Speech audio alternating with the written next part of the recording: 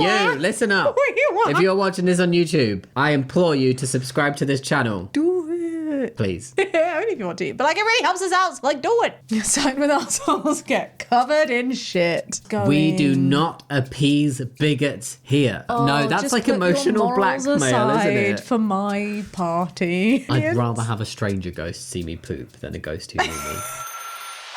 You're through to 1-800-DRAMA. The show where you share your biggest dilemmas. And we help you navigate them. I'm Shaaba. And I'm Jamie. Come join us as we help people figure out if they are the drama. Because sometimes you just need an outside perspective. And we can all expand our own mindsets along the way. Wait, am I the drama? Red flag, green flag, Shaaba. Hit me. Being friends with somebody, like maintaining a friendship with someone who you know has feelings for you, but you don't reciprocate the feelings. Sorry, that was a bit of a mouthful. No, Sent in by a lovely peach. What peach? Charlotte, thank you for sending that in. Thank you, Charlotte. Juicy, juicy Charlotte. I'm going to say red flag.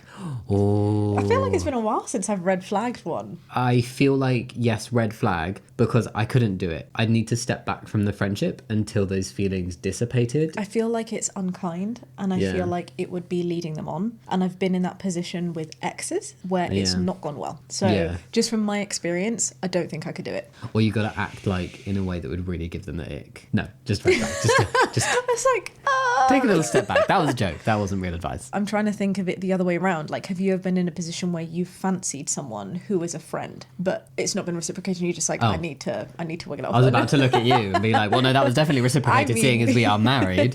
No, I've like had crushes on like friends of friends, but I've always been careful to not try to become friends with the person I have a crush on. And I've been lucky that then the one time I did develop feelings for a close friend, it was reciprocated. I feel like I have been in that position. Okay. I've been like crushing on people. You thirsty little bumhole. You thirsty little bitch who I've known not necessarily have not at all reciprocated. Yeah. But like at my own cost, I've still been too delulu to like in love, in crush, not in love, definitely not in love, in crush. A delulu and a boo-boo. To push away, but I totally should have done. Yeah, I hear you. Red flag, Shaaba. Hands up for all those in the unrequited club. May your love not always be unrequited. Whoa. What's the drama, Jamie? It's Christmas time. It is. It's Christmas time. Mistletoe and wine. There's no need to be afraid. Good King Wenceslas.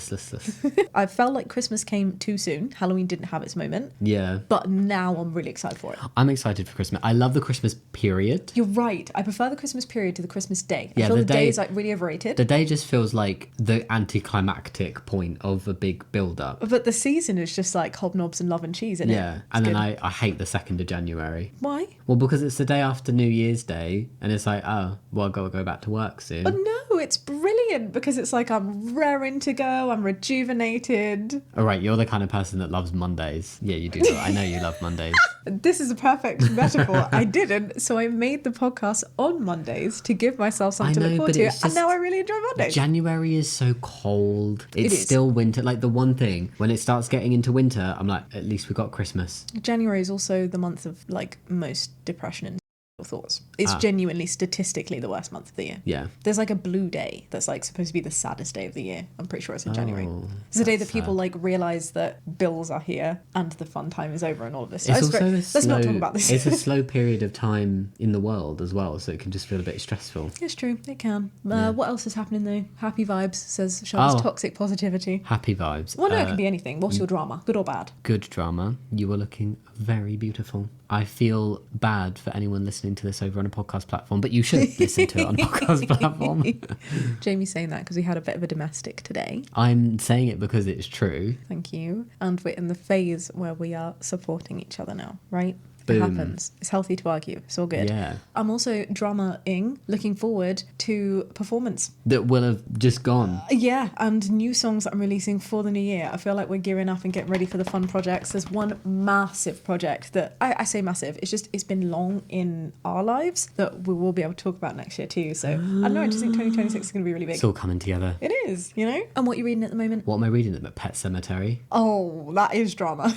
Well, I've set myself a challenge of covering covering like the scariest book ever written. I've not read very much, but the book starts with a Stephen King like introduction thing where he describes it as the book he felt like he went too far in. Whoa. So I'm like, mate, what am I haven't watched the movies. Same. I don't know the story. I know there's a cat that comes up and it better not be evil. Or dead. Or dead. That would be worse. That would be drama. I would boycott. All right, maybe I shouldn't read it. And just for the future as well, by the time you're watching this, Wicked 2 is out and we will have watched it. I'm very excited for that too. Yeah. I was going to say let's go, but just before we let's go, can you take a photo of Prawn? Oh my God. I didn't even know he was in here. And me neither. Our little cat Prawn, the baby one, is underneath the desk on this cushion that they like rarely use. I mean, we did and put he's the doing cushion this there with his for- face. He's put his paw all over he's his face. Like, covering no his paparazzi, face. please. Anyway, are you ready, Jamie, to go fishing? For us fools. Sorry, I did it on an inhale because I really mistimed that. Ooh, drama.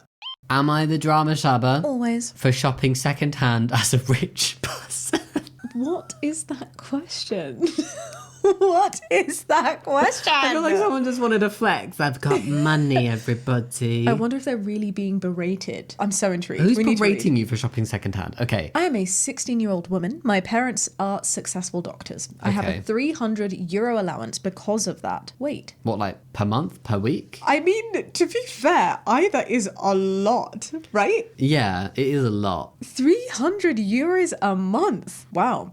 Sorry, I dissociated from how much money that is. But my parents want me to be responsible with money, so I have to pay for my own clothes and additional subscriptions / unnecessary stuff that I want myself. Right. That's a really funny sentence. My parents want me to be responsible, so they want me to pay for all of the fun stuff I could possibly want. Like, how does that help you be responsible? I guess it teaches you how to budget. Like if you want this and this, but both are outside of your budget, you have to pick. Yeah, but I'd expect to say something like, but my parents want me to be responsible, and so I have to buy my own groceries, which would be rude at 16 Yeah. and mean. It's just, I don't know, just I finding get that where funny they're coming sentence. from. It's just they've been given a lot of money. So like You're I right. got much lower allowance than that at that age, but I had the same expectation of like You buying. white people getting allowances. Yeah. But part of it, I also had to pay for my lunches at college and my bus fare.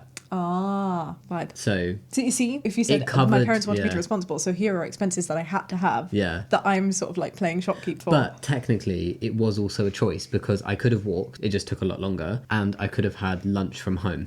So like, it could have been free. But if I wanted to do things that were more convenient, You just loved your little pot of pasta with the little grated my cheese. can of Coke, And your yeah. can of Coke every single day. yeah, that's where all my money went. Yeah. It still does. That and books. I really like, says OP, second-hand shops. And I also use the Vinted app. Yes, vintage. We love Vinted. Jamie's obsessed with Vinted at the moment. I always find something nice, and I also don't have to feel guilty about supporting fast fashion. Nice. Love that. Would recommend Vinted for this exact reason. Yesterday, I found a super cute pair of jeans on Vinted. They weren't in the best condition, but they were priced fairly, and I decided to buy them and just sew the hole that it had myself. Okay, Ooh, yeah. I love this. And this feels like somebody with a lot of money, but somebody with also like a really good head on their shoulders. Is that the saying? I mean, I don't know where else your shoulders would be. head be? Right? But like, do you know what I'm trying to say? Like, Yeah. the fact that they're like, no, I'm going to do this and then I'll sew. That's not what you expect from someone who's spoilt by privilege. Yeah. I guess that's what I'm saying. They have a lot of money, but they're not coming across as spoilt. And I Yeah, like that. okay. As I went to enter my card info and pay, my friend came up to me and said, you just took that pair of jeans away from a poor person who needed it more than you. Oh. Aye, I hate that attitude.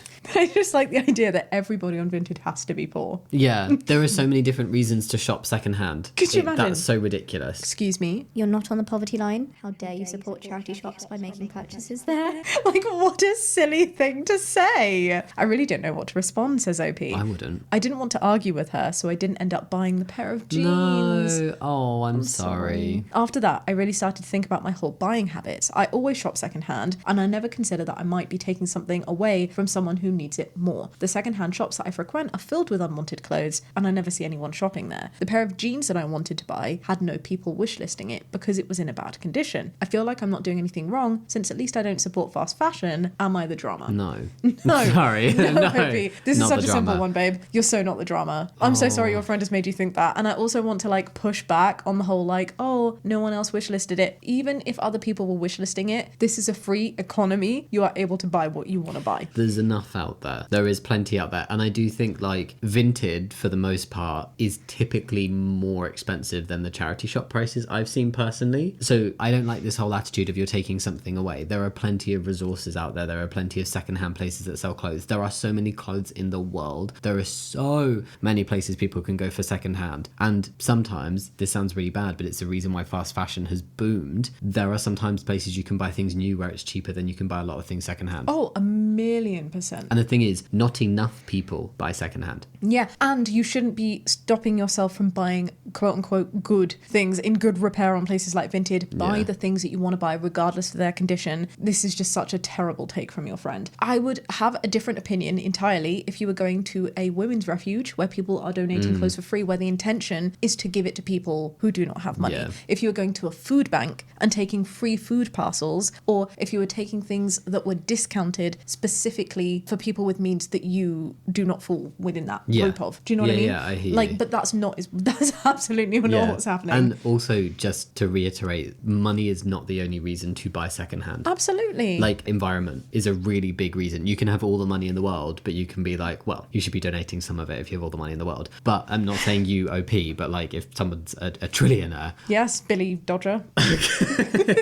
Let's carry on. But like you can buy secondhand because you want to protect the planet and you don't want to contribute towards fast fashion. That is totally fine. Yes. And actually I very also good love reason. the planet. I also love the idea that you don't need to be contributing to fast fashion. You can also buy secondhand if you're really rich and just want to save money. Yeah. That's an okay thing too. Yeah, there Isn't that one of doesn't those- need to be a moral reason on it. Right, there's a phrase where people say the reason why rich people stay rich is because they don't spend any of their money. That could absolutely be a thing that you should not be judged for, but you're allowed to be rich and still like a bargain. It's okay. Yeah. I'm thinking of like times where even you, for example, where you've gone to Vintage not because of monetary reasons, like intentions, but because I know you really like designer stuff. Jamie's like super into that. You value certain designer brands really highly. And what was the Carhartt jacket that you found? Oh yeah, I found like a £300 You were jacket so for £30. excited. It is too small. It was £300. It's 30 quid. Yeah, that's a bit annoying. It's amazing, but yeah. I think it fits you very well, but Jamie wanted a baggy fit. My point being, there's no queue on Vinted, which means that you don't buy it and you have to wait for somebody with less means than you to buy it first. Yeah, there are like 1,000 secondhand Carhartt jackets for sale on Vinted. That me buying one was not a problem. This OP is not a problem, and your friend is dumb.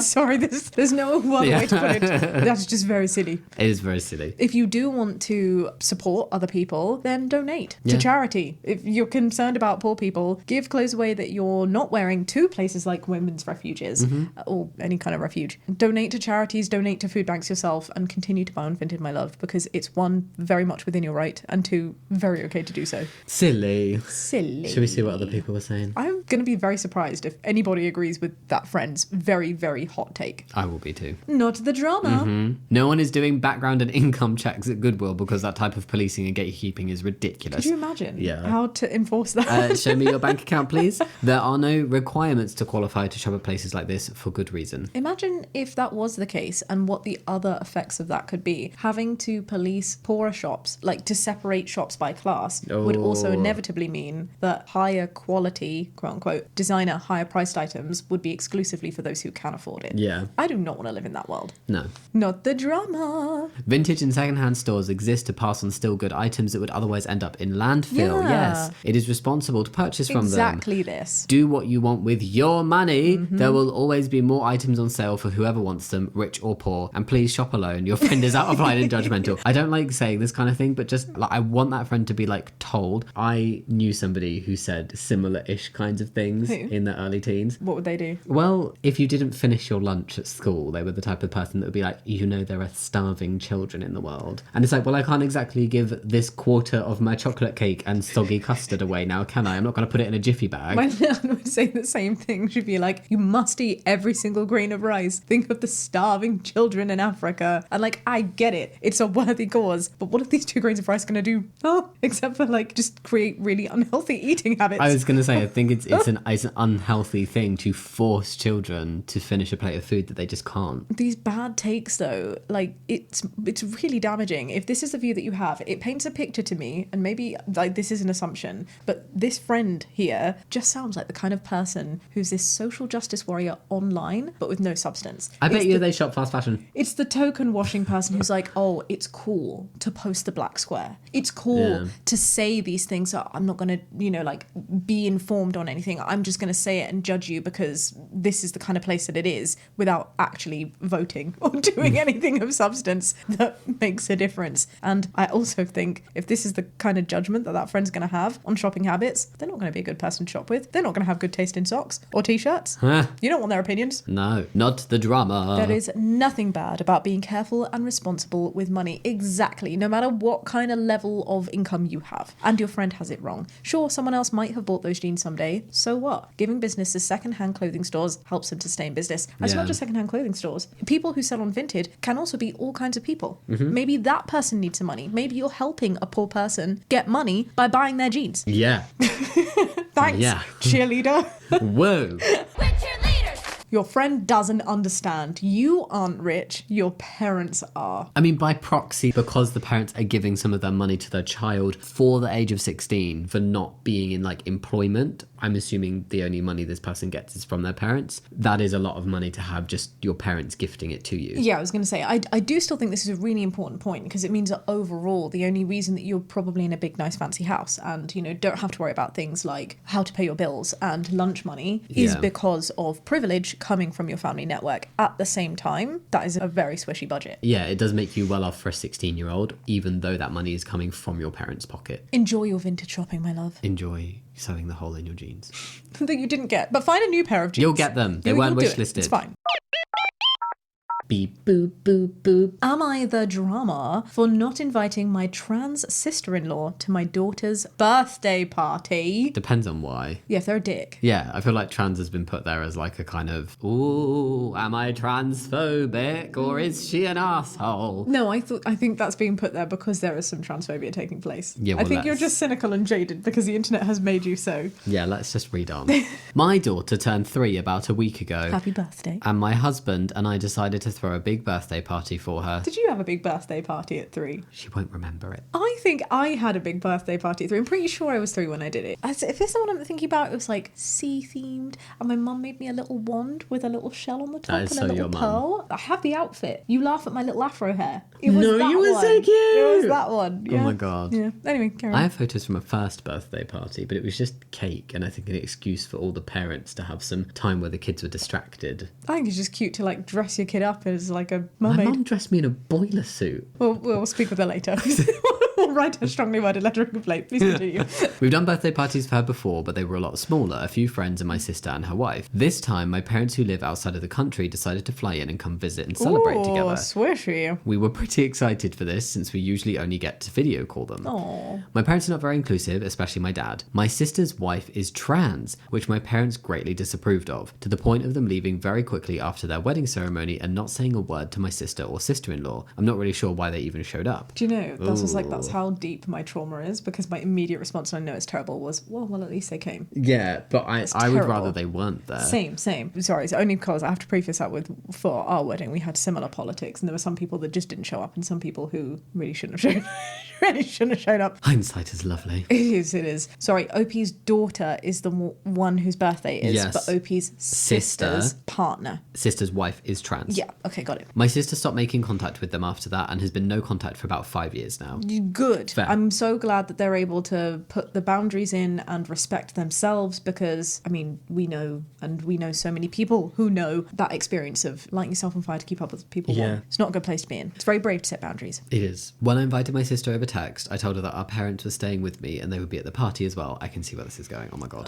I also asked if she could come alone because of her wife and our parents. No, you I can't didn't do see that. where that was going. We do not appease bigots here. Sorry, what was the title? Am I the drama for not inviting my trans sister-in-law to my daughter's birthday party? No, OP, no. I explained that I wanted the party to be chill and I didn't want our dad making a big fuss in front of everyone on my daughter's birthday. Do you know the solution? That sounds like your dad's problem You to don't me. invite your parents, you see them separately. No, or you say to your parents, hey, Don't be dicks. fucking grown-ups. Yeah. It's a birthday party. You're not going to ruin a 3-year-old's party because you're a dickhead. Yeah. Oy.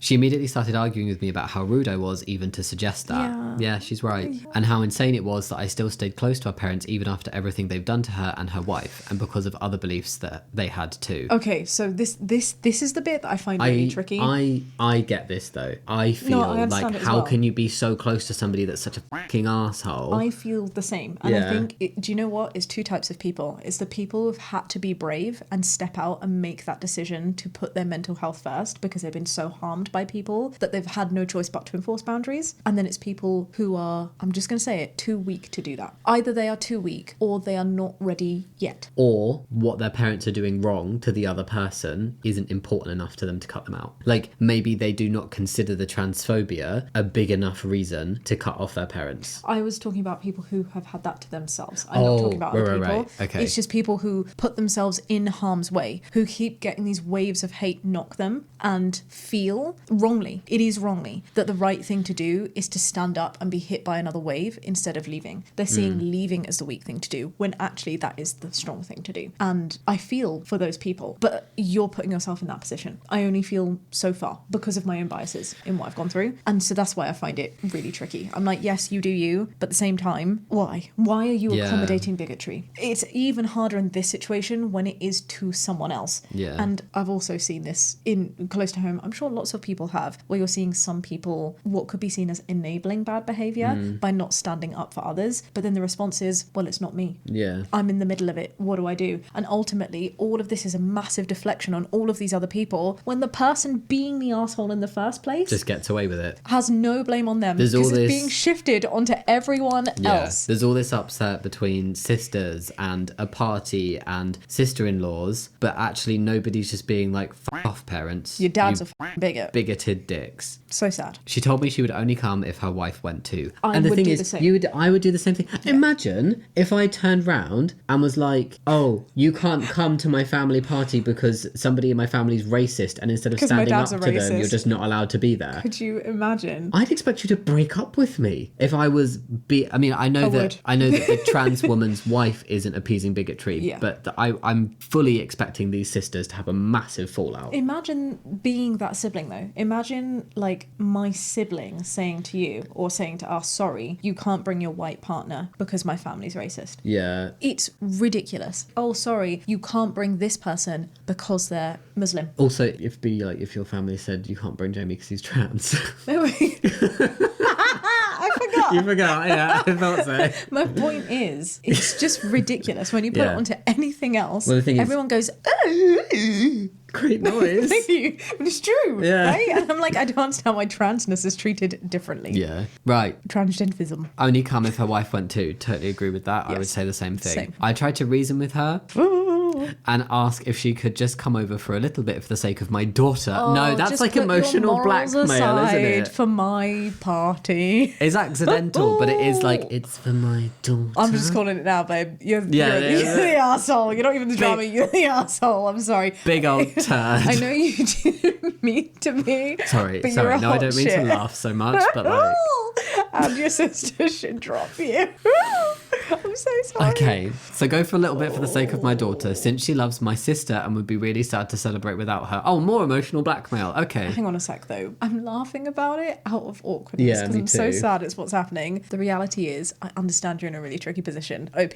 And whilst you do deserve to be called the drama, because you are the drama, I'm really hoping, I'm so crossing all my fingers and toes that the forum has helped you realise that this is the case. I will say you're only in this position because somebody else is being an absolute asshole. I don't think that you inherently are transphobic. You're clearly fine with your sister's partner. Yeah. It's just the fact that you're being put in a position where you're trying to make everyone happy, but in doing so, you are enabling toxic behavior and prioritizing that above morality. And Yeah. that is a problem. That's Yeah. why I'm awkward laughing, because it's such a bad thing to do. Oh dear. Yeah. It's like you're in a horror movie and you decided to go upstairs when you should have just left out the front door.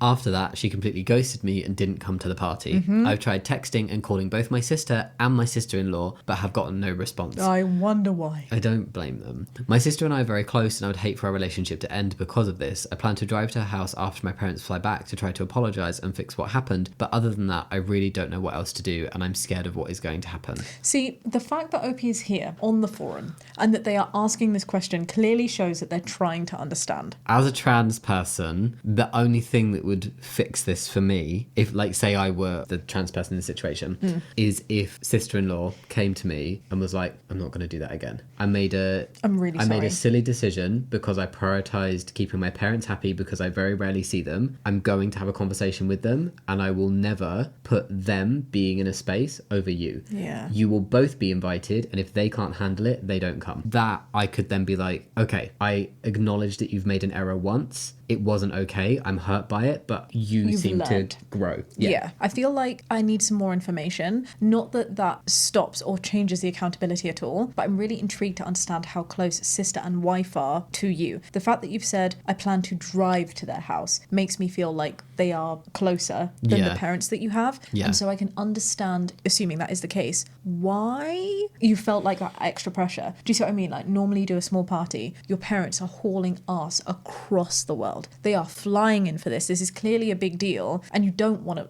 you know, for them coming to be like, sorry, I'm actually not having you here for the thing that you want to be here for. Like, I get it. But you still need to stick with your morals. Well, you still invite them. Well, that's the thing, Yeah, isn't it? you're And not you just telling- say, you are a grown up and you are a grown up and you are here not for each other, but for my squish. Celebrate my squish civilly. Yeah. The amount of parties and social events that I had to go to with people that I have cut out of my life, it's just part of what you do. Because Yeah. you're there not for that person. You're there to celebrate the person you turn up for. Yeah. And it's like, as OP, I would be like, put yourself in the position of family, like wider family networks, only inviting you to something and not your husband because of some arbitrary thing about him he can't control and that there's actually nothing wrong with. But for some reason, other people have a problem and they're like, nah, you have to come alone. Your husband can't come. You know How would what? that make you feel? It's horrible in those situations. I totally agree with that. In those situations, it's really horrible as well because, like, imagine what the rest of the party's going to think about your sister's partner. Maybe they're going to think that you don't like her and she doesn't deserve that stigma. And why? In what other situation do you prioritize the person who's being a bully and allowing them to come to the party, not the person who is being bullied? Yeah. It just makes no sense. I do also understand, especially as a kid of divorce, and I'm sure lots of people who are in that position, which are many people, can feel the same way because it's so hard to understand, like, who to go to at Christmas, who to invite to the wedding, to the birthday when those two people don't get along. And that was actually my biggest lesson. My stepmom sat me down and quite harshly, but I'm so grateful for it, said, no, that is not up to you to decide who to come. You invite both and they decide whether they want to attend. And it was the most valuable piece of advice I've gotten in terms of family politics. I'm so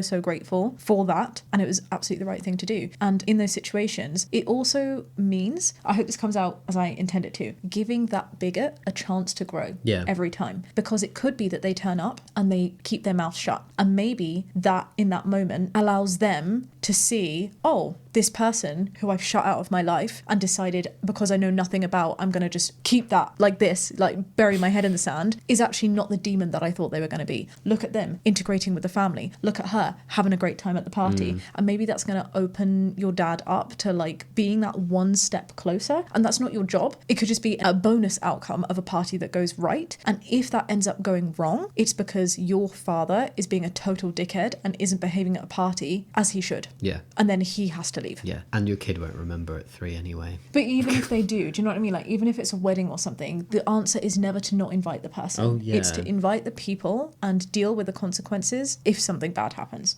To kick the person out who is causing a scene. Yeah. And if you really already like feel like you know something bad is going to happen, Don't then invite that person. you disinvite the person who's going to cause the problem, not the person who's just there to support you. Like, imagine if you were a school teacher and there was a kid beating on another kid and you were like, oh, sorry, I'm not going to allow the broken kid to go to prom just in case the bully beats him again. What kind of world would we live in if that was the case? No, you expel the bully. And you don't do that in advance. You invite them both. And if the bully's being a bully, you drop kick the bully. Well, sometimes bullies and badly behaved kids are excluded from things like prom. Yeah. And that's fine. That's what you can do. But you never, ever, ever exclude the bullied kid. Yeah. Do you see what other people have to say? Yeah. You okay? I'm sad. You're sad. It's okay. It's just horrible, like the ripple effect that all of this can have on like family networks just because one person's a Butthole. kid. Yeah. No, let's not say that. That was terrible. Correction, you and your sister were very close. Ooh. That's gone. Sorry, but you brought it on yourself. You are the drama. Big time. My heart is breaking. It's making me so sad But I agree with all of this. I agree. That's why I said, like, if this happened to me, I could make up with the person, but they would have to come to me and realise why I'm upset, not do it again, and apologise. You don't There need would to need grovel. to be acknowledgement. Anybody in the situation of the trans wife here, or even the sister, you protect yourself. You put yourself first, because that is what OP is doing in this situation. You are the drama. If you don't stand up for your family members against bigotry from other family members, you have chosen the side of the bigots. Exactly this. Yes, your sister and sister-in-law have made the very rational choice to go no contact with the bigots in their family, which is a category that now includes you. It's so true, but it's so sad. Yeah. Oh, and think about it, because now it's not just you, that's your little squish who's not going to have two incredible aunties in their life that otherwise would have been really close. That's your partner and your network that's going to have one less cool couple at the games night or at the restaurants that you do because your parents live on a different continent, country, whatever. They live across the seas. These were your close people, and you cut them off because you sided with assholes. Whoopsie daisy, side with arseholes get covered in shit. Side with assholes get covered in shit. Oh, I love that. We need that on a t-shirt. Just thought of it now. That's amazing. Yeah. But you can wipe the shit off, babe. I have faith, OP, that you do good. An apology and some Growth. repairing attitude is a great toilet paper. That shit can be manure in which you can grow. You're the drama. What a hateful way to treat your family. Why are you inviting your bigoted parents? You're just as trashy as they are. I hope your daughter grows up to be a better person than that. This is very harsh, and I still maintain, especially if you are not the person being hurt, but you're seeing that hurt cause to other people, it can be hard. It's still the right thing to do, but that's what I'm saying. The two types of people in the world. If you've not been brave enough to cut people off, I understand why people would still accommodate people who are bigoted. But that, OP's not there yet. yeah, but that accommodation only goes so far as to where you're not directly hurting other people. I still maintain you should have invited them both. I don't think the right thing to do would have been to disinvite the parents. I think if the parents acted out at that event, Yes, then then don't invite kick 'em them out. any further. Exactly. But it's saying, like, I'm inviting you both. Be in grown-ups, parents. Yeah. You don't have to understand it, you just need to respect it. I will say, though, if I had parents that were, like, super racist, transphobic, bigoted in some way, I would have such minimal contact, if any contact with them. Even if that hate wasn't directed towards me, it was directed towards someone in my network. I was like, ugh, I don't want my kid to grow up hearing that from you and getting those values. I'd have a very distant relationship at best. I'll put a different example on it because I think it's a bit hard when you're not the person who can be affected in the same way. A really common example that you often see in these situations is where you've got two kids, one of which is being abused, the other which is not. When there's a love bomb child and an abused child. Yeah. Textbook psychology. If you were the love bomb child, but you see the abused child, who is your sibling, and your sibling has cut off their abuser, but you're still in contact because it's your parent. They've never done anything to you. Why would there be anything wrong? It's a hard position to be in. Oh, I'm not speaking generally. I hear that. I was just saying, like, for me, I couldn't do it. Like, I love As in, bombing you aside. would like, still cut off that person, that parental figure. yeah, I'm not talking about a love bombing situation. I'm just talking about, like, if I found out my parent was really bigoted. Hard, you are the drama. You usually remote the trouble causer in the guest list, not the victim. You chose the bigot over your sister. What does remote mean? I'm guessing, like, yeah, you make them, like, because, like... You turn them off. Yeah. You mute them with your remote. I think they meant remove. Little typo. You know what? Remote works too. I'm really glad to see that there's a consensus on the forum. One thing that I will just highlight for anybody who is in OP's position, I understand how difficult that must be. Truly. I understand why you yourself might not be able to cut the person who is bigoted to other people that you love out. It's hard when it's this chevron or this triangle, but where the line absolutely has to be drawn is not enabling that bigotry. Yeah. And that's what you did in this situation. Yeah. I really, really hope that you're able to speak to your sibling and make that better. I've just seen a comment that says, OP has the spine of a gummy worm. Oh, no. I'm trying to see if there is any response from OP. And it's breaking my heart because I'm seeing things like, you're the asshole, gross. And like, I get it. But that doesn't help. Even us laughing, like, I end up feeling a little bit bad. It's people are being like really, really harsh. I don't think OP's responded. Normally it would go to the top, right? Oh my gosh, there's a not the drama here. Grandma and grandpa have to be at the party. Yeah. Maybe that's OP's husband. I bet you that's the dad. No OP though. I'm really sorry to hear that. Best of luck, OP, with your growth journey, and most importantly, sending lots of love and happy vibes to sister and her gorgeous trans wife who have lost family network undeservedly. No, the heartache from that. They're going to be so hurt right now. And they don't deserve so it. upset. It probably hurts them that sister still has a positive relationship with the parents, let alone then these bigoted parents being put before them. It 1,000,000% will hurt them. That is rough. Come and cleanse us with some happy vibes. Hey baby, cleanse the podcast. Oh, happiness, allyship, yay ally, yay ally. Oh, drama. Am I the drama if I go to court to sell a house? Oh, OP says, I'm a 52-year-old man. I inherited my parents' home 50-50 with my out-of-state sibling who's 54, also a man. We live in North Carolina and the house belonged to my grandparents before my parents, so lots of sentimental value. Okay. Oh, that's always so interesting to me. The idea that like one family for generations have stayed in one house. I know, I'd want to like spread my wings. I don't know, I feel Explore. like that would be quite cool. Yeah, but I wouldn't want to be like, I was born in this house and I lived in it my whole life. I'm not judging people who do, I just wouldn't want to myself. Yeah, but like imagine, like if ghosts really are real, then you just all like hanging out, having a good time, not family reunions. I'd rather have a stranger ghost see me poop than a ghost who knew me. So lots of sentimental value. Our mother passed several years ago, and most recently my dad about 2 years ago. Sorry to hear. The home is about 3 hours from where I live, across the country from my brother, who lives in California and will not be moving back. That is really far from California. Where are they? North Carolina. Yeah, it is. So yeah, taking care of this house is all on me, my personal time and my vacation days. I took care of our dad in his final years, my brother rarely coming home and instead taking long vacations, and has no real understanding that dad was passing. In the end, dad passed quickly and my brother just wasn't getting it that he was dying. Over the final months, it was one crisis with a heart attack, stroke and broken etc, physically and emotionally draining with no other support to help me or my dad. Right. What I'm hearing is you felt very abandoned by your brother. Yeah. My brother has been MIA since he graduated college, up and left including all of his stuff in the house. My brother just doesn't get it. He wasn't there and he thought that he had more time to make amends. Now he's in full regret and he can't let go. Oh dear. So his response to the loss of your parents is to be like, well, I got to keep the house. Yeah. The house has now been empty for 2 years. I'm pushing to sell and have been for 18 months. My brother keeps making excuse after excuse to drag out the process. The shared money to care for the house is nearly gone. Oh gosh, because of course the upkeep is still a thing and taxes and bills are coming due, all of which are in my name. Oh no. Well, from a legal basis, that's your responsibility. So it's so unfair that both of you get the decision on what to do with the house when only one of you are taking the onus of the costs. Yeah. That's ridiculous.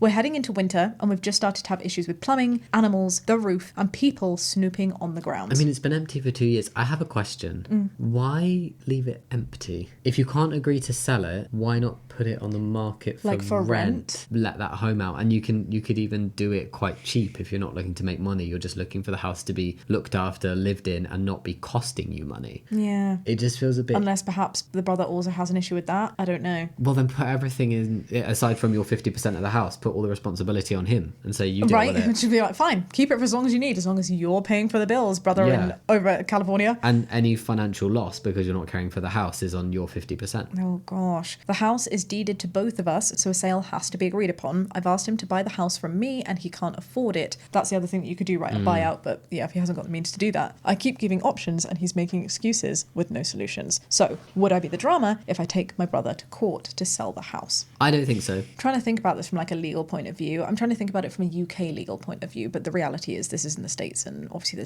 there's going to be different laws anyway. Morally though, which is what we're here to base it on, I really don't think you're the drama. Yeah, not the drama. I'm struggling a little bit. There's a little twinge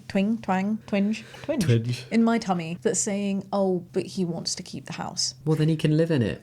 No, or he can take responsibility for it. I understand. I do understand. Sorry, and that like wasn't at you. That was at the situation. Sure. And like the 50 bills thing, I totally agree with as well. Like, why are they only in your name? But I just want to make sure that we're not hating on the brother for not being as present during your parents' lives and specifically during their end days, but still wanting to have some kind of an input or feeling some kind of emotional attachment attachment to the house that he grew up in. I do think that we need to treat that with a little bit of sensitivity. It's not to say we need to dismiss accountability, but I do think it's very within somebody's right to, for whatever reason it could be, trauma, maybe mistreatment even, we don't know the situation of these people, to not be there when someone's alive, but really feel the ramifications of when someone's passed. Yeah, no, I do hear you. I think like 2 years though, and like maybe there needs to be a recommendation it sounds of like he wants to keep the house for good. Therapy. Therapy. You know, if we kind of step back from that, and like I do completely agree with your point, and I hear it. Going off of OP's perspective, I feel like at that point I would do the same thing. If I wasn't in position as OP to buy the other person out, I'd be like, look, mate, you either sell your half to me so I can move on with this, or we sell this house together. Or you take on the responsibility of the bills, so it's not mine. And if you want to deal with the management and renting it out, that's on you, babe. And you pay me out slowly. Yeah, that pay too. me bit by bit. Like, or both of you rent the house in a kind of way, but where he has as much onus as you do. The thing is, the longer the house stays empty, the more trouble there's going to be, Absolutely. and the less the house is going to be worth. Yeah. Because it's going to go into disrepair, especially with the closest person being 3 hours away. It's just not feasible to keep it. And if your brother's refusing to sell, then take him to court to sell it. I'm with you. Or rent it. Or That's rent the other it. thing that Yeah, just keeps or coming in my rent it, brain. yeah. Or rent it. But it could be that OP just wants it off their plate, no responsibility with it, and wants the lump sum. Whilst I hear you, that's the bit that's the twinge in my tummy. Okay. Because OP might want that. But if the brother doesn't, this is a house that you both grew up in. Yeah. That family history is shared. I think- And it's difficult when you can't come to a compromise. But when one person just doesn't want to let the house go, and the other person, I assume what he's frustrated with isn't at the lump sum. It's at the fact that it's costing him money and stress that his brother's not taking onus of. Yeah, so renting can be a good compromise. Yeah, that's where my brain is going. Maybe it is that he wants a lump sum, but your badge is not that. My badge is obviously not the drama. not the drama. Yeah. But like, I can see the sentimentality from the brother. But the thing is, I would say he's not the drama for being sentimental. He is the drama for not helping out more with the responsibility that he is insisting is kept between you. Yeah, and maybe of the responsibility initially as well that he is now putting on a physical object of a house, when what he's feeling is perhaps shame or embarrassment or guilt for not being there when your parents are still around. Yeah. To hear that. Not the drama. Either you take him to court to sell the house or you lose the house. And that's the other thing, right? And you're not able to pay the taxes and other costs associated with it. If you lose a house due to non-payment, you get nothing. So your only option is to force a sale. Yeah. It's so true. Yeah. Think about not coming to a compromise, what you're going to do. They're both going to end up with no house and no money. Yeah. Yeah. Well, certainly you are, because the bills and the taxes seem to be in your name. Yeah. But then if the house is owned by both of you, you're both going to get chased for repossession. Yes, repossession, but you can both own a house, but like the energy bill could just be in one person's name. So if the energy company's going to chase somebody, it's going to be the OP in this situation. But my point is, like, especially if this is, I don't know if this is how the US works. In the UK, if repossession happens, all of your other assets are also up for grabs. So assuming that you have made a family elsewhere, you have another house elsewhere, your brother has done the same in California, his house is in risk, even over there. So you have to sort this out. He has to play ball somehow. Yeah. I don't really understand why taxes and bills are in your name if you co-own the house. You are not the drama for taking him to court. I just don't know what the basis for your suit would be. Not a lawyer, though, I think. Surely there's precedent for this kind of thing where some siblings or a sibling wants to sell and the other siblings or sibling doesn't want to sell. There has to be some kind of protocol and case law on that in every country. There are definitely like common law principles in the UK that cover ownership and how ownership is like purchased based on bills, but you definitely need to go to a lawyer to consider that sort of thing. I know in the UK, for example, you can have two people, one who owns a house and has contributed to a mortgage for like 10 years, but then marries someone, and then if that person for another 10 years has co-contributed towards a mortgage, they can absolutely go to court and fight for a claim in the property, even though they're not on the deed. Interesting. Oh, OP's responded. OP. Sorry, I got really excited because I thought it was the OP from the last situation. Oh, no, Now my sorry, heart sank again. It's House OP. House OP. Still. House OP said, house is paid off. I took over paying the bills when my dad was sick, so they are in my name and using the remaining money he left us. Deed has to be updated after they died. Oh, okay. So there's no OP. chance of repossession from a bank because there's no mortgage. Yeah, it's just the bills. bills companies would send out debt collectors, I'm imagining, if you don't pay them. Yeah. It's so unfortunate that the money has been having to go towards this when that house has just been sitting derelict. When that money, I'm sure your dad, both of your parents, would have wanted you guys to spend it on you, not squatters and animals and leaky roofs. Yeah, no, it's a shame. It's a shame. And I feel like there must be resentment from OP over the fact that the bills are in his name dates back to the point that he had to take more responsibility looking after the parents when they were passing. I was going to say, the reality is the issue that these two brothers have isn't over the house. It's over when dad was passing, feeling abandoned and left alone and not being there. Yeah. And I feel like what I would strategically be wanting to make happen is to find a way to grab my brother's ass from California and drag it all the way to North Carolina to see the house. Because I feel like if he could see the state that it's in, understand that it's just being left there, he would be able to visually understand and somehow separate his feelings for himself with this house that's clearly not being respected. Yeah. So this thing that he's trying to hold on to, he's just ruining. What you're trying to hold on to doesn't even exist anymore because it's the family home. No, I know, it's devastating. I can't even think about that situation in my life because otherwise I would cry, but it is the truth. And especially like with generations, that's what I'm saying, like that means something. To have a house with multiple generations. I don't know anyone who's been in that position. Not the drama, force a sale. To the point, very succinct, does what it says on the tin. On the tin. Have you thought about buying him out or renting it out? I hear you though. Buying him out. I think that it just creates the same problem as selling, which is what you said earlier. You're like, well, that's the same as selling to the brother. Yeah. Because the reason he wants to keep the house. I think renting seems like a compromise. Yeah, because it means that you can still have it, but see that it's being loved in a way that you're not loving it. At least getting love from somewhere. Love. Partition sale. This is what you need to do. You should be in legal advice. I mean, you should kind of speak to a proper legal professional, not just get your advice from Reddit for sure, or the internet. Don't trust what people say over here, kids. Oh, it's a tricky one though, my life. I wish you the best of luck, OP. I really still want to know why you're not renting out. Yeah, maybe their house would need a lot of money in it to make it rentable if it was not in great condition or something. What did House and Wilson say today? We're watching House at the moment. Wilson was just like, we're going to find the closest bar, get really, really drunk, tell really long stories about the thing that we've lost and fall asleep in our own sick, and then everything will feel better. I know it sounds gross, but I do manifest that moment for you two as brothers. Okay, emetophobe. I don't care about the bomb. What I'm saying is, I just think you two need to sit down and talk and have it out. You need to be able to say to your brother, I'm fucking pissed off. I resent you for not being there. This isn't about the house. This is about you betraying us as a family. Yeah. And he needs to say why that happened, and you both need to be able to overcome that and let go of the house. Oh my god, I was just talking about a house, but the other kind of house. Oh, I feel like this one was a heavy one today. It was quite heavy. Yeah. I'm feeling heartbroken for the people. I feel like we need a moment of positivity. Yeah. A viewer suggested we did this. Go on your little likes and find a really happy something that we can all laugh to. What? To just lighten the mood, to cleanse the aura. Oh, hold on. I like TikToks for you. Wait, here.